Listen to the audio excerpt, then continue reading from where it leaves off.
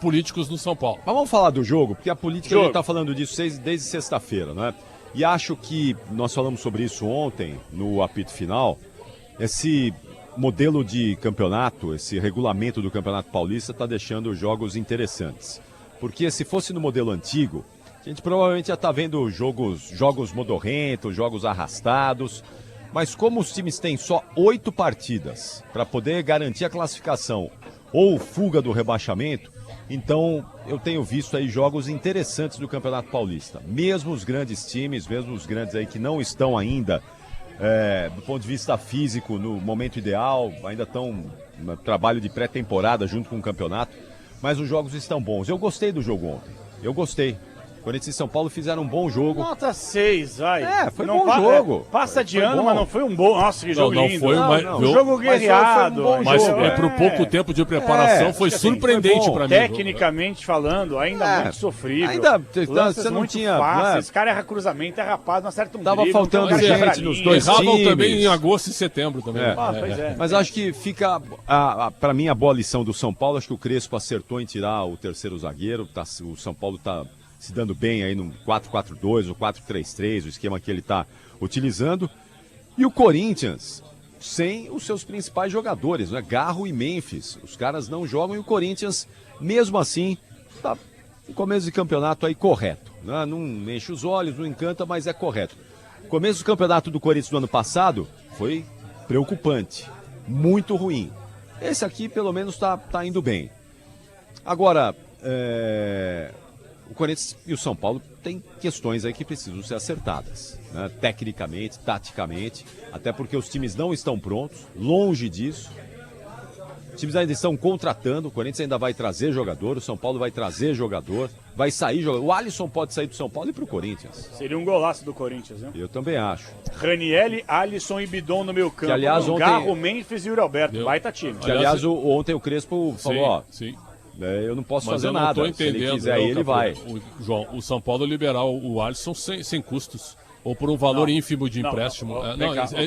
Isso é brincadeira. Deixa eu te fazer uma pergunta. Ontem, isso é brincadeira. Ontem a gente estava com o Fabiani na reta final do Concentração. Vou tentar ser o mais sucinto possível, que a história é longa. Sim.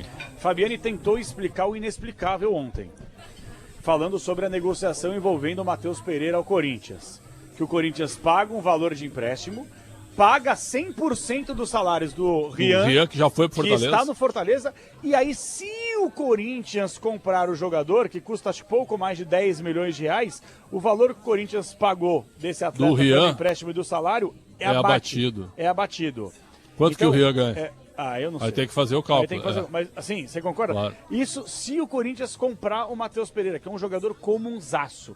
Ponto. Marcelo Paz fez esse negócio com o Fortaleza. Exatamente. E deveria ter explicado ontem em Zona Mista e não apareceu. Deveria ter explicado. Aí o Alisson, que é um jogador, não vou chamar de ídolo do São Paulo porque ídolo ele não é, mas figura importante, sobretudo no dos títulos mais importantes da história do clube, 2023, jogando demais, Copa do Brasil, titular incontestável, quase foi parar na seleção brasileira. Dorival adora ele. Dorival adora o cara. E aí o São Paulo não tem uma compensação financeira? Isso é brincadeira. Só pode ser sacanagem. Pelo menos €1 milhão de empréstimo. Claro, cara, por um seja, ano. Claro, por um ano. O Wellington Rato. Jogadores muito piores, os caras conseguiram fazer uma negociação melhor. E acho que melhor. o Crespo se equivoca quando diz que não se interessa por ninguém do Corinthians. Mas aí eu acho que ele quis valorizar o elenco quis valorizar. dele. Se ele pega e fala na coletiva assim, não, gostaria de um Garro da vida, o meia dele olha e fala assim, porra, não tá satisfeito comigo? Tem um jogador que hoje joga no São Paulo. Quem? Matheus Bidu. Esse joga em muitos times joga no São Paulo hoje. Bidu ou Wendel? Hoje, Bidu. O melhor do Wendel. E o Wendel ganha uma fortuna. Melhor que o do Bidu. O custo do Wendel é que tem o Enzo Dias, mas tá machucado. Não, Enzo não dá. E não tem prazo pra voltar. Cozidaço. O Bidu tá jogando mais que o Wendel. O Bidu joga em muitos times do Brasil, hoje fácil. É porque a gente não revela muitos lateral, times. Não, mas o crescimento dele com o Dorival foi absurdo. Não.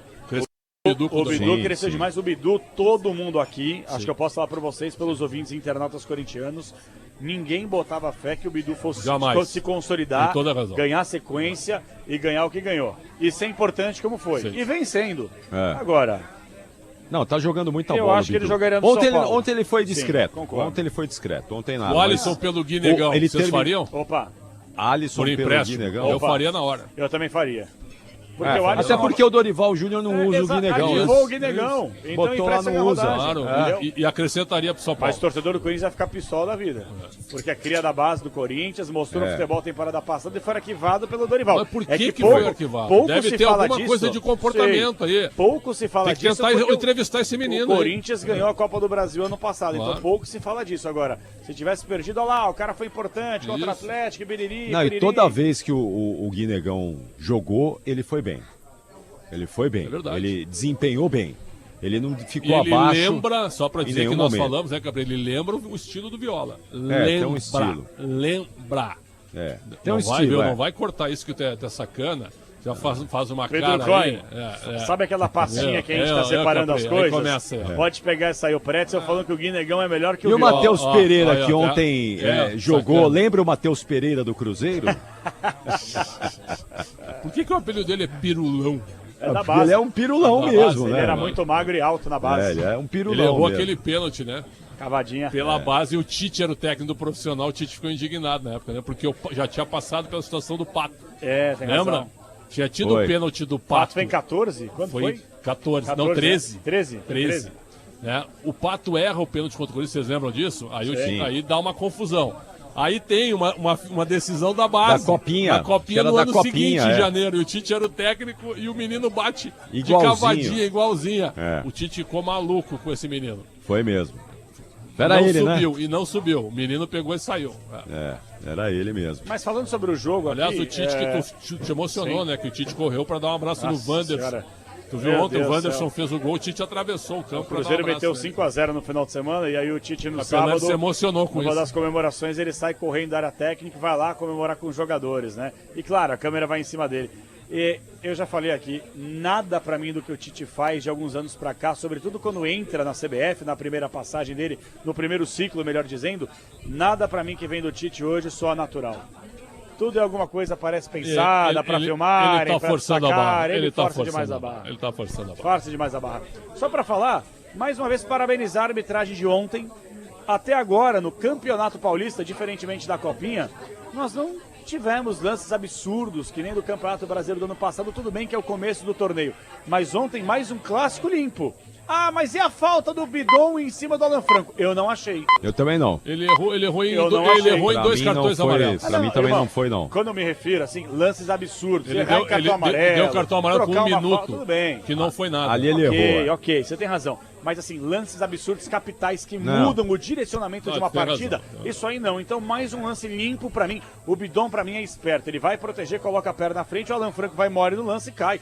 Tanto que nem o Alan Franco reclamou de falta. Então assim, nada. O destaque pra mim é o André. Ontem me chamou muita atenção. Trator em campo, o André. Esse cara é bom. Muito forte, né? Muito bom. E ele vai crescer, porque ele tem 21 anos. Ele vai evoluir. Ele vai evoluir. Muito bom. E o Danielzinho de novo do lado do São Paulo, uma leitura de jogo excelente. Você falou do Guinegão que lembra o Viola, né? Esse André lembra o Gilmar Fubá, no porte físico ali, né? É verdade. Fisicamente falando, também, a passada dele. Mas ele é mais jogador, tecnicamente ele é melhor que o Gilmar Fubá. O Carlos Paulo tá dizendo que eu só posso ser maluco comparar o Guinegão com o Viola. Eu falei que lembra, eu não estou comparando. Eu estou dizendo que o estilo do Guinegão, a maneira como ele joga, né? Até o modo de correr é um pouco parecido com o do Viola, só isso. Claro, só é lembrança física. Lembrança física. Não é lembrança futebolística. Até porque é duro, né? Comparar os boleiros atuais com os caras, com esses caras aí, né? Eu entendi o que você quer dizer, Xandão, mas hoje em dia é forte colocar na mesma frase, você tá entendendo? O cara é campeão do mundo, artilheiro por onde passou, com o menino que tá aparecendo agora, que mal e mal joga no profissional. O Viola hoje, na época ele foi pro Valência e pegou aquela história que não tinha feijão, né? Não tinha arroz e feijão, não lembra? Só a paella. Por isso que ele voltou. Mas o Viola hoje jogaria na Roma fácil hoje. O Viola hoje... Centroavante da Roma hoje. O Viola hoje não jogaria no Real Madrid, não jogaria no Barcelona, jogaria no United. Não, jogaria. O Pedro Coi, corta essa. Essa tem que cortar. Viola ou Matheus Cunha? Não. Ah, então pronto. Se o Matheus Cunha é titular, o Viola poderia jogar. Corta essa aí então. Hoje no United também não tá difícil de jogar, né? Mas. Ganhou do City aí, respeita meio o United. Ganhou do City aí. Jogaria sim. Não, o Viola jogaria em muitos times da Europa hoje, fácil. Centroavante da Roma, do Napoli. Sim. Muito fácil. Do Atlético de Madrid. Do Atlético de Madrid. Não, Atlético de Madrid não. Tem o Julian Álvares. Julian Álvares é melhor. Tem o Julian Álvares, é verdade. Bom, enfim. Mais? Não, mas no futebol italiano Inter fácil. de Milão. Fácil, Inter, Milan. Jogaria fácil. certamente. Jogaria fácil, tranquilamente. É que era talvez mais atrativo jogar naquele momento